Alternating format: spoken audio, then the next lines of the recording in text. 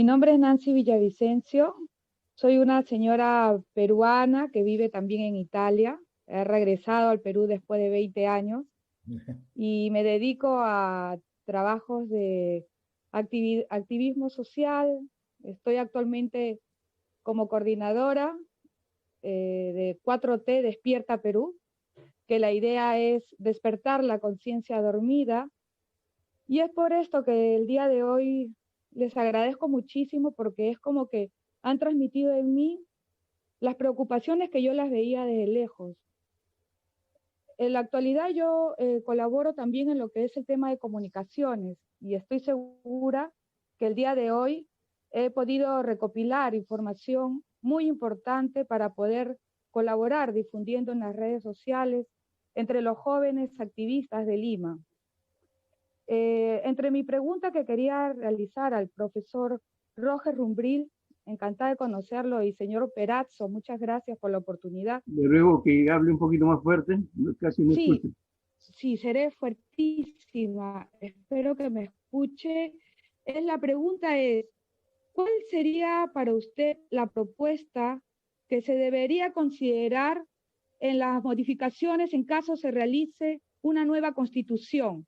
Entre los artículos que usted considera que sean necesarios para poder proteger y la Amazonía de nuestro país, ¿cuáles son las leyes que usted considera que son útiles para la Amazonía? Pues a hacer escenario de un conflicto por el agua. Como él ha dicho el doctor Runril, las reservas naturales de agua de todo el planeta es la Amazonía. Y se nos viene pues la guerra del agua de las grandes potencias, y sobre todo de aquellas potencias como Estados Unidos acá en América Latina, que nos siguen considerando como su patio trasero, como su fuente de recursos, y que históricamente lo han hecho, y que no vacilan también en aplicar políticas que nos conducen a gobiernos tipo Bolsonaro, autoritarios y que no tienen un ápice de nacionalismo ni de amor por la naturaleza, y que solamente ven a 3 pulgadas de sus ojos, no ven el horizonte de lo que les espera a la raza humana, ni les importa, como no le importa tampoco al imperio norteamericano. Es lógico, esa es la gran preocupación que hay, ¿no? Porque se habla de que este acuerdo lesiona nuestra soberanía y nos somete a los poderes mundiales. Ese es el tema. Gracias. Un comentario. En primer lugar, saludar al compañero Roger Runring, que lo conozco desde la década del 70, un poco por ahí, cuando frecuentábamos Chirapa, de Tarsila Rivera, en las publicaciones propias de este tipo de trabajo, y me emociona mucho verlo tan vigoroso, tan claro, tan lúcido en sus apreciaciones que ha hecho hoy día. Yo quisiera hacer un pequeño comentario, si me lo permite. En los incendios producidos en Australia, se dice que se quemaron 3.000 millones de animales. Es, para ponerlo en proporción, la mitad de la humanidad se quemó ahí, pero también se quemó la flora, las plantas, un desastre tremendo. Y algo parecido está sucediendo en la selva. Los Estados Unidos, en relación a la Amazonía, como gobierno hablo, tiene una posición de desconocer la soberanía de los países de ribereños, de la cuenca del río Amazonas, porque bajo el argumento que es un patrimonio de la humanidad, no podría ser de uno solo, sino que es algo que tiene que ver con entre comillas, algo general que compete a toda la humanidad. Y de ahí que en los Estados Unidos, en la educación de los niños, en los colegios, hay justamente esa es la característica que tiene la educación y cómo ellos interpretan a la Amazonía. Parece de Ripley, pero es cierto.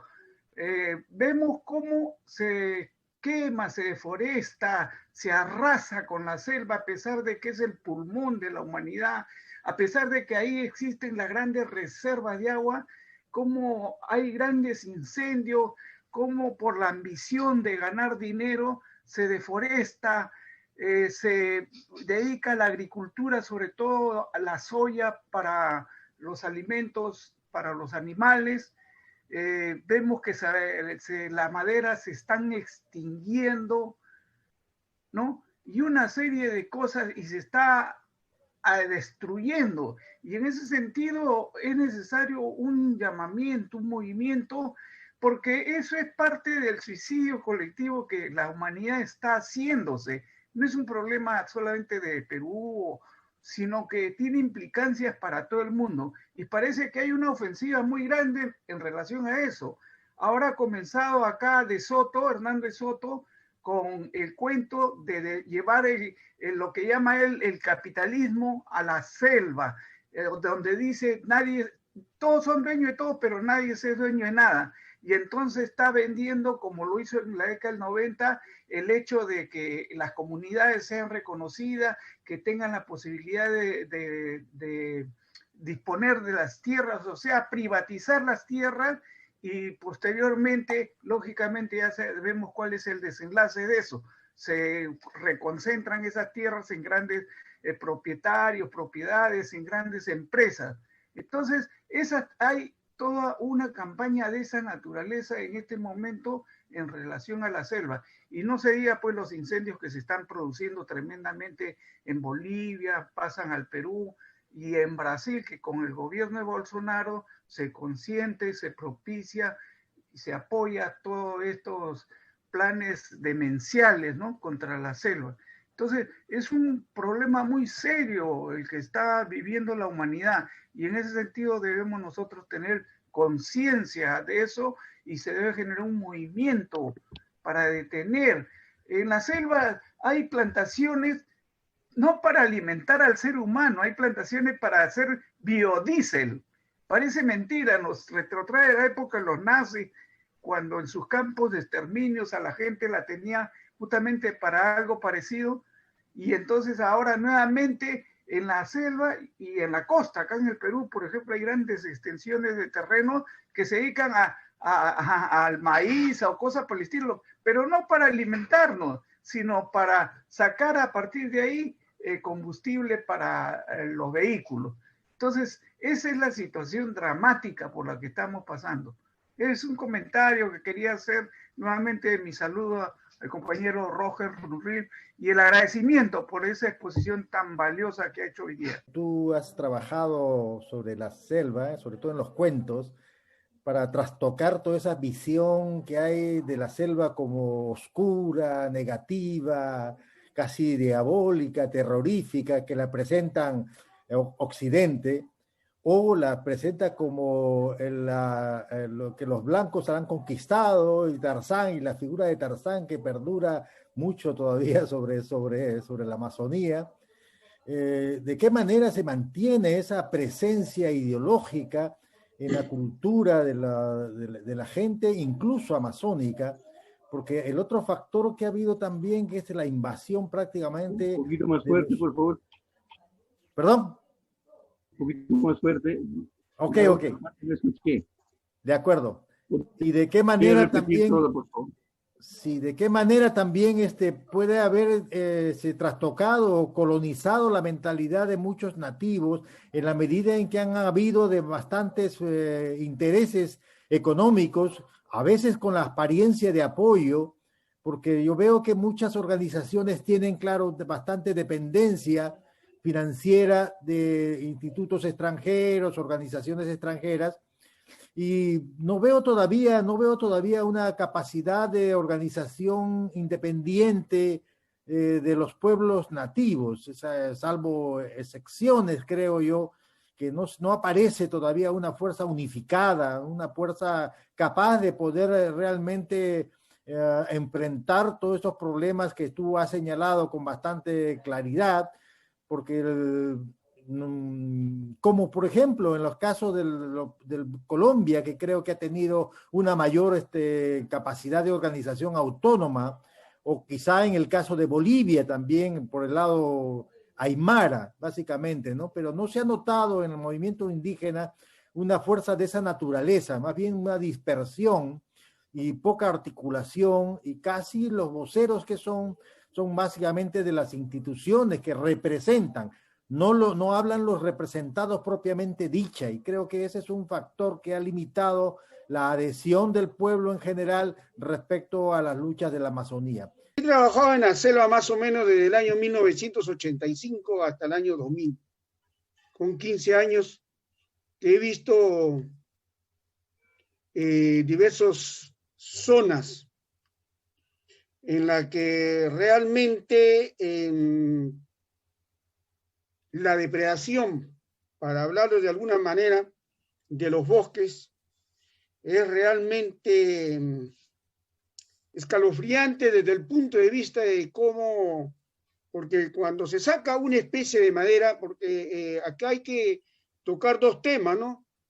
Cuando se habla mucho de reforestación, a veces los solucionan los gobiernos, se han reforestado 100.000, 200.000 millones de árboles.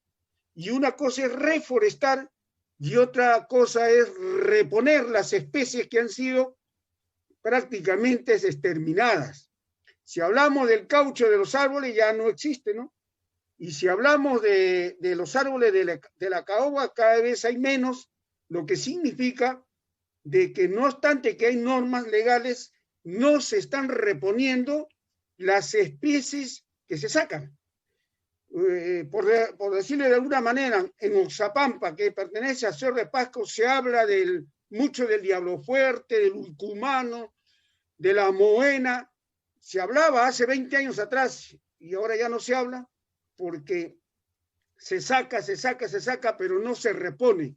Y cuando les dice hay que reforestar, reforestan, pero cualquier cosa menos lo que se tiene que reforestar, que es la misma especie que se ha sacado.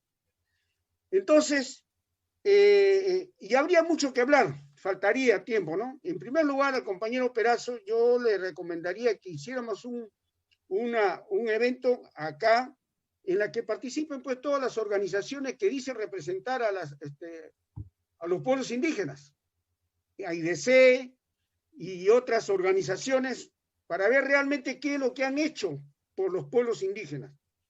Nunca me voy a olvidar de un chipío que pertenecía a una ONG que se llamaba COICAT, y él me decía, acá hay muchas organizaciones, muchas ONG que dicen que hay que cuidar los bosques, y él se preguntaba, yo me muero en la pobreza cuidando a un árbol como la caoba que tiene aproximadamente 7.000 pies, que si lo ponemos $1 por pie, realmente son $7.000 ese árbol, pero lo tenía que mirar para que no lo tumben, pero yo me moría de hambre y ni me vestía. Y así, de otras especies. Entonces, si hacemos una evaluación, si alguien ha hecho una evaluación del daño que se ha hecho, de todo lo que se ha deforestado, usted mejor que nadie, yo una vez, por el año 90 y tanto, más o menos, le acerqué un documento sobre el saqueo. Me recuerdo que lo hizo ese documento con el compañero Chinglazo, del oro. El oro rojo se le llamaba, que la caoba en la selva, que eran millones de pies de caoba, pero también de cedro, también de otras especies ricas.